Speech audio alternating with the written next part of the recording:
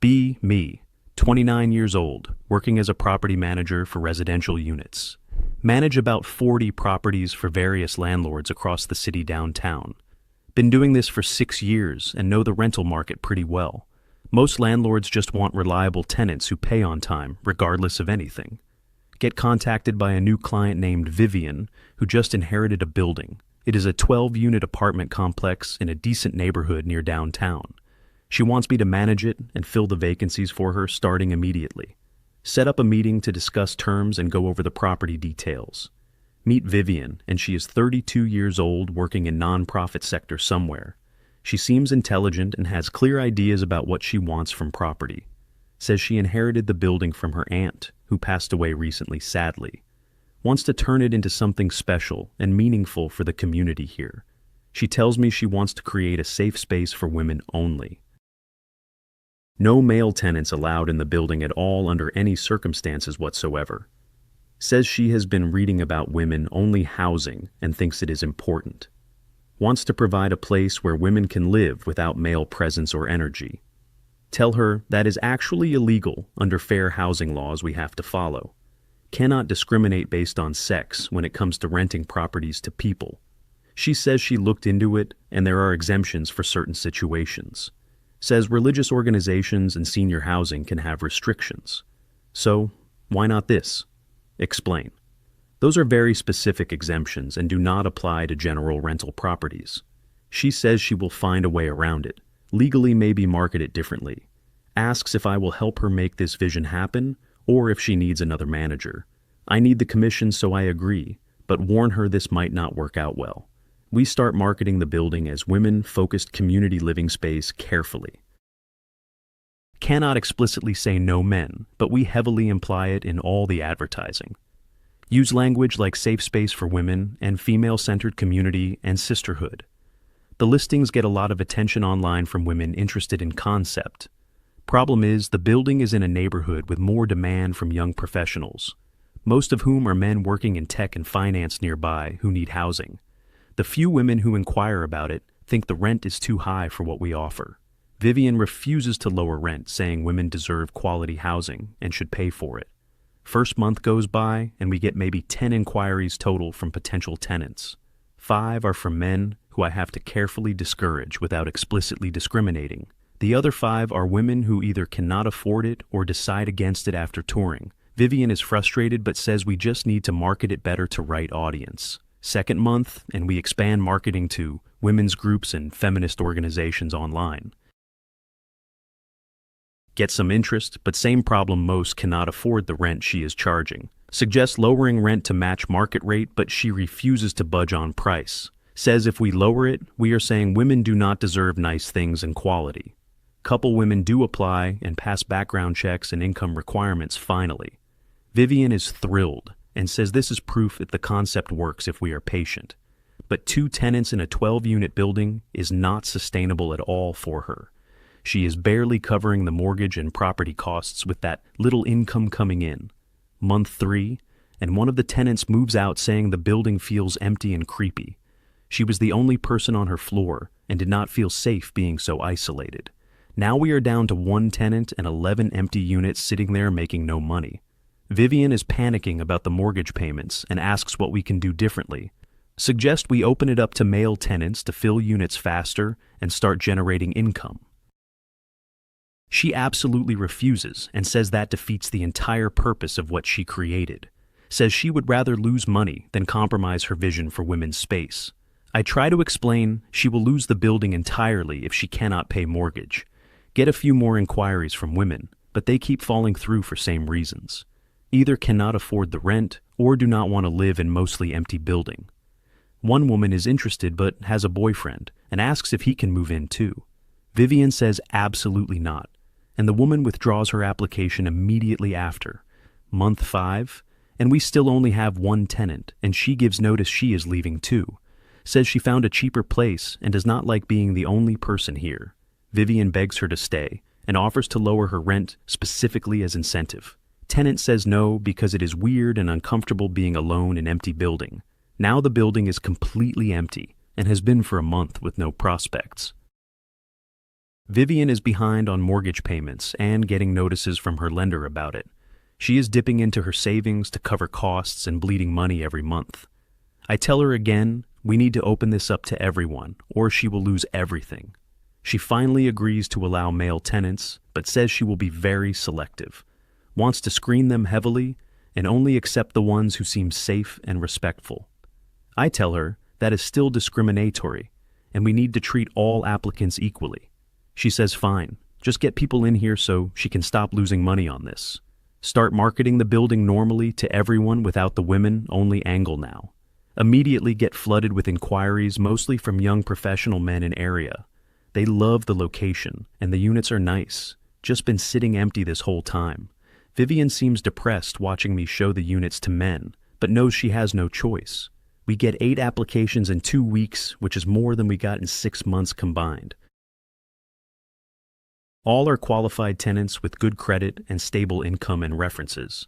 Vivian drags her feet on, approving them, and keeps finding reasons to reject people. One guy makes too much money, so he is probably entitled, she says to me. Another guy has a motorcycle, which she says indicates toxic masculinity and danger. Another guy is in a fraternity, which she says means he will throw parties always.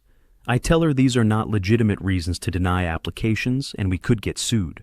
She reluctantly approves 4 tenants just to get some income flowing again finally. The 4 male tenants move in and are completely normal, quiet, respectful people. Pay rent on time and do not cause any problems at all for anyone.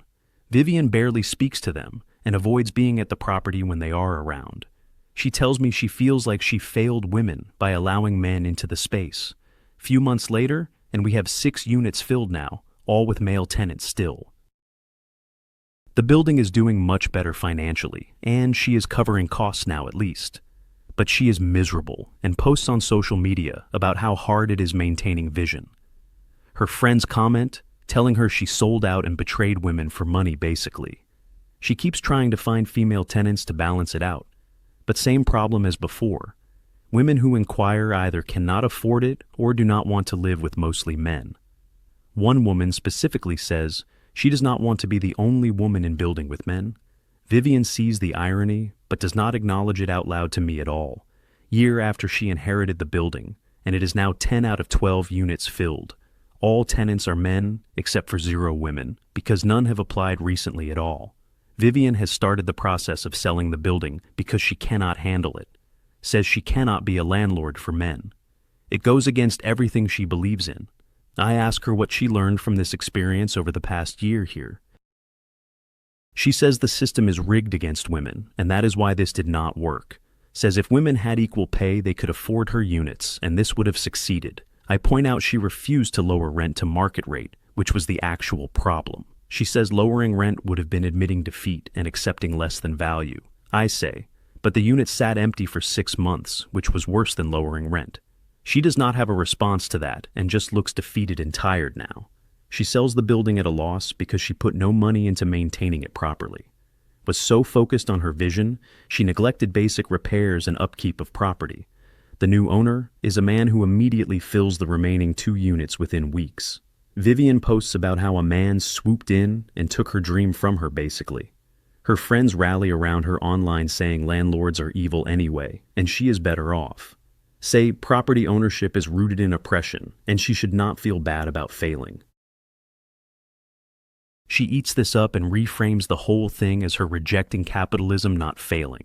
Starts posting about how she was never meant to be a landlord anyway. It was forced. I do the math on how much money she lost during that year of vacancy. Between mortgage payments, property taxes, insurance, and lost rent, it is probably $80K. If she had just rented to everyone from day one, she would have made money instead. Her ideology cost her tens of thousands of dollars and eventually the entire building. See her posting online about starting a women's housing cooperative as her next project, raising money through crowdfunding to create the space she envisioned before this. Doubt it will work any better than the last attempt, but she seems determined still. Some people need to learn lessons multiple times before it finally sinks in. I guess talk to other property managers about this situation, and they all have similar stories. Landlords who try to pick tenants based on demographics instead of qualifications always struggle. The market does not care about your ideology, it cares about supply and demand. Vivian tried to force her vision onto reality, and reality won decisively here.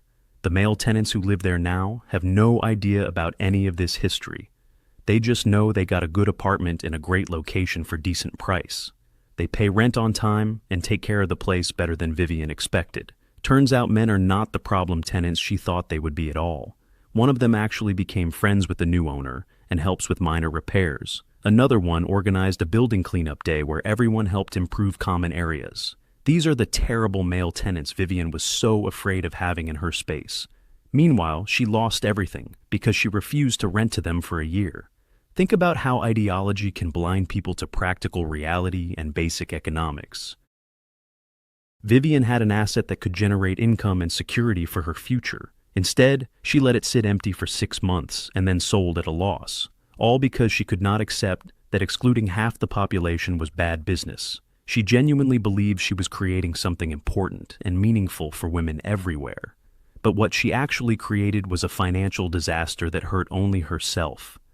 The women she wanted to help never materialized, and the building sat empty, rotting.